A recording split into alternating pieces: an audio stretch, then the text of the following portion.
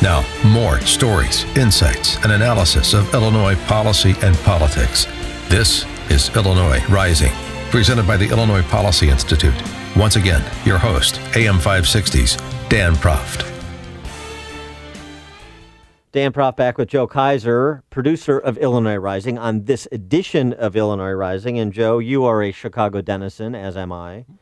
And you're a renter, but I know you understand this, but point of order, just because you rent doesn't mean you don't feel the impact of spiraling property tax increases, because, of course, what do the owners of the property you rent do? Pass on the property tax increases to you. Yeah, I just got a note in the mail about a few weeks ago that my the rent on my Lakeview apartment was going to go up about $200, which could, it doesn't say why, but I mean, that plays directly into property taxes. If property taxes on the building are going up, they're going to just pass it on to me. Exactly right. And the announcement this week that with the second installment of property taxes being mailed out by month's end, looking at a 10% average increase in property taxes for residents of Chicago. In suburban Cook County, you're looking at about 6.5% increase, depending on where you reside, which suburban area you reside, north versus south versus west. And the bottom line is this just continues the slow but methodical taking of people's property away from them as you dilute home equity, you destroy home value. It's just a slow liquidation of your property. And by the way, it also precludes home ownership in places like the south suburbs for low to middle income people that are striving to climb the rungs of the ladder to success. They are just, the incline just gets that much steeper. That's one of the most startling things is, and a lot of the work your papers have done on this, is seeing the property tax rate for areas that are more disadvantaged. It's not just River North or Streeterville where you're seeing these skyrocketing property taxes, or Lake County, which do pay the highest property taxes in the state and among the highest in the country. But you go to the south suburbs of Chicago, disadvantaged neighborhoods that are paying upwards of 10, 11% of their property taxes. That's startling that they can't afford it. And I think this should be the number one, and you've said it before on the show and elsewhere, the number one political issue going into 2018, because it's about your home. Yeah, and if you can't get people animated to take their home back from the political class that's taking it, then, boy, I just don't know what is more compelling that can be offered. I mean, then you're just basically conceding your subjugation to serfdom in this state. We're well down the road to that serfdom already. Here's the other thing. Tribune expose last week, 3-part series. Now, Tribune, they did some good work. They covered half the story, how property taxes, residential property taxes in Chicago were kept artificially low by hocus pocus perpetrated by the former Cook County assessor, Jim Houlihan, for political reasons, of course.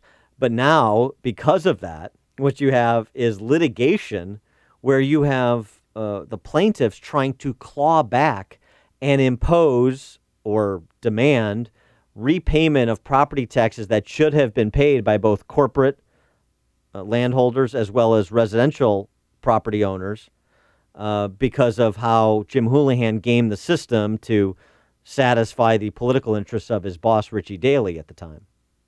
Yeah, that was a really interesting expose in the Chicago Tribune. I think that's part of the story is the property tax scheme that's going on. And that just kind of would disenfranchise you more if you live in Cook or the Collier counties and you're paying some of the highest property taxes in the country and definitely in the state. And then you hear, if you're unfamiliar with it already, you hear about the corruption going on in the property tax scheme. On top of paying the highest property taxes in the nation, I mean, why not just take the 30 to 40-minute drive east to get to Indiana? Well, that's right. the thing. And this is not a conservative liberal thing either. Laura Washington has opined about it in the Sun-Times. She's a liberal. She's a friend, but she's liberal. Chicago Tribune, not coming at it from any particular partisan worldview, I'd say, other than the editorial discretion to focus on property taxes being artificially held down versus what we have now, the two property tax valuation markets, the government market and the actual market, what you can actually get for your home versus what the government says your home is worth. And particularly, again, here we go, poor to middle income neighborhoods are getting hit the hardest, where you've got, far south side homes that are selling for $39,000 being assessed at $150,000 in terms of value by the assessor's office, so they can impose these confiscatory property taxes because they need to run this scam. And oh, by the way, who benefits from the scam at the highest levels? Well, the property tax appeals attorneys that you were talking about, the corruption, the kind of the pay to play, for lack of a better description, and that includes the Mike Madigans of the world, the most powerful politician in the state, and the Ed Burkes of the world, the most powerful politician in the city with $8 million. So one alderman, he's got an $8 million campaign account, and he's had for some time. I wonder why that is and how that came to be. So that's another piece of it. And then all of the connected developers, right? So you want to talk about pinstripe patronage. That's the left. That's the Chicago Democrat way. 50% of Chicago is TIFed. So all the connected developers get tax relief that then is necessarily redistributed to be made up for by those middle income homeowners and renters throughout the rest of the city. So you've outlined everything perfectly and have done so before extremely well, and have described why this is one of the, if not the most important issue heading into the next year. But we were just talking about the Republican budget plan. We've discussed the Democrats' budget plans before. There's nothing by the way of reform to this. They're talking about something they've said has held up budget talks, or arguments between a 4-year property tax freeze and a 2-year property tax freeze. That's the crux of the debate in Springfield on this. How many angels dancing on the head of a pin kind of debate. By the way, that 4-year property tax freeze that's proposed in the Republicans' compromise budget, that excludes debt. And you know how much debt school districts have piled up that they could still levy against on this so-called property tax freeze, and it's got a referendum valve so you could increase or lower your property taxes at the local level. But that's no easy task to do either in terms of if you're an average citizen marshaling that process. I mean, it's why people are fleeing.